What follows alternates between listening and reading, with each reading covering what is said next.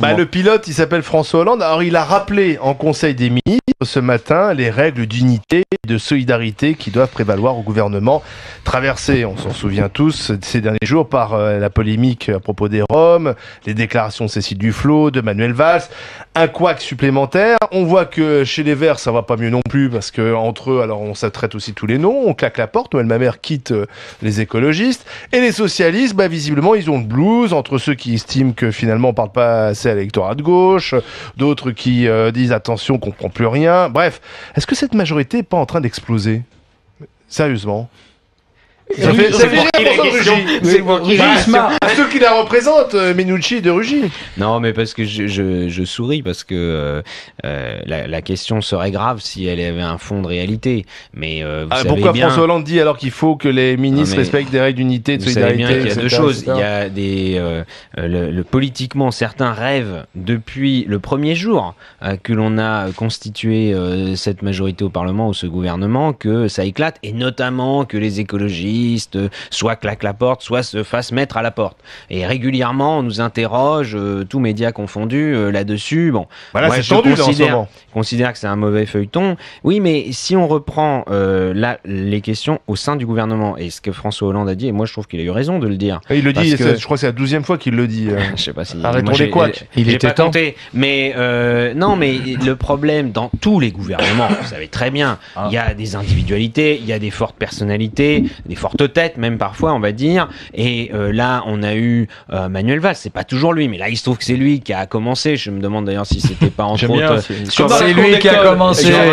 C'est lui qui a commencé. Méchant garçon. Justement, d'avoir des comportements individualistes qui font que, au lieu de parler des vrais sujets, y compris des vrais sujets du ministère de l'Intérieur, qui pour moi sont les sujets de lutte contre l'insécurité, la violence, la délinquance, et je le dis devant un collègue marseillais, y compris pas qu'à Marseille, hein, je veux dire, je sais qu'à Marseille on n'a pas envie qu'on parle que de ces questions-là quand on parle de Marseille, mais je peux vous dire que dans d'autres villes de France, comme Nantes, qui ont une réputation et qui de fait sont aussi un peu plus calmes, on a aussi des problèmes de violence et de délinquance, et on aimerait bien qu'on se concentre là-dessus, plutôt que d'allumer des polémiques, un jour sur les Roms, un jour sur autre chose.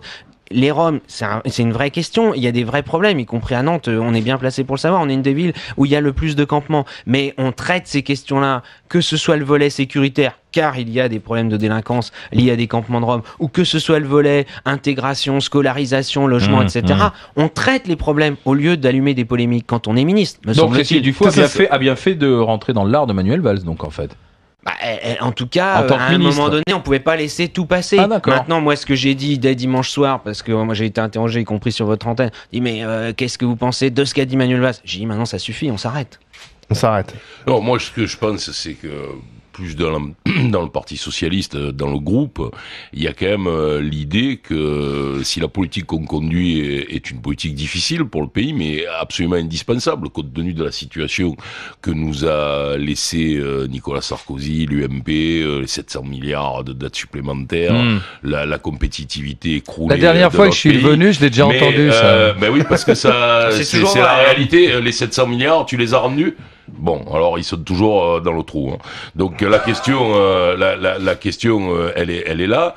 Et moi, ce qui me déplaît, ce qui commence à être usant, c'est de voir que cette politique-là, qui pourrait être expliquée clairement, qui est politique réformiste, qu'on a parfaitement la légitimité d'assumer. Pourquoi ça coince ? Parce que il y a tout un tas de gens qui se positionnent, qui font qui parlent à tort et à travers, qui font des couacs, et moi je vous le dis comme député socialiste, j'en ai ras la cascade. Alors qui Mais moi j'aimerais bien que le gouvernement... Quels sont les fauteurs de troubles ? Mais je suis pas... attendez, on est dans les grandes gueules, hein, sinon... On est peut-être aux grandes gueules, mais ce que je dis quand même est clair, non ? Je dis que maintenant, les députés socialistes, et je crois pouvoir dire beaucoup de députés socialistes... Donc Valls et Duflot, terminé. Pensent comme moi, maintenant, voilà, c'est le travail, il y a une communication qui doit être... Vous avez signé l'appel de Cambadélis qui justement demande qu'on arrête de se chamailler. Je n'ai besoin de signer aucun appel, et pas plus celui de Cambadélis qu'un autre. Je suis indépendant, je suis dans ma circonscription. Oui, j'en ai assez, parce que je trouve que la politique que nous menons est une politique qui est absolument nécessaire nécessaire pour le pays et qu'il y en a un peu assez de voir tous ces ministres ne pas se mettre. Est-ce que le premier responsable, c'est pas François Hollande? Eh bien, François Hollande, quel chef? François Hollande s'est exprimé ce matin. J'espère qu'il aura l'autorité pour faire revenir tout le monde dans une façon de travailler normale. Lionel Lucas. Écoutez, le problème est plus un problème de fond qu'un problème de forme. À partir du moment où vous mélangez dans un même gouvernement des gens qui peuvent penser des choses différentes et qui se heurtent au mur de la réalité, vous avez les couacs dont on parle.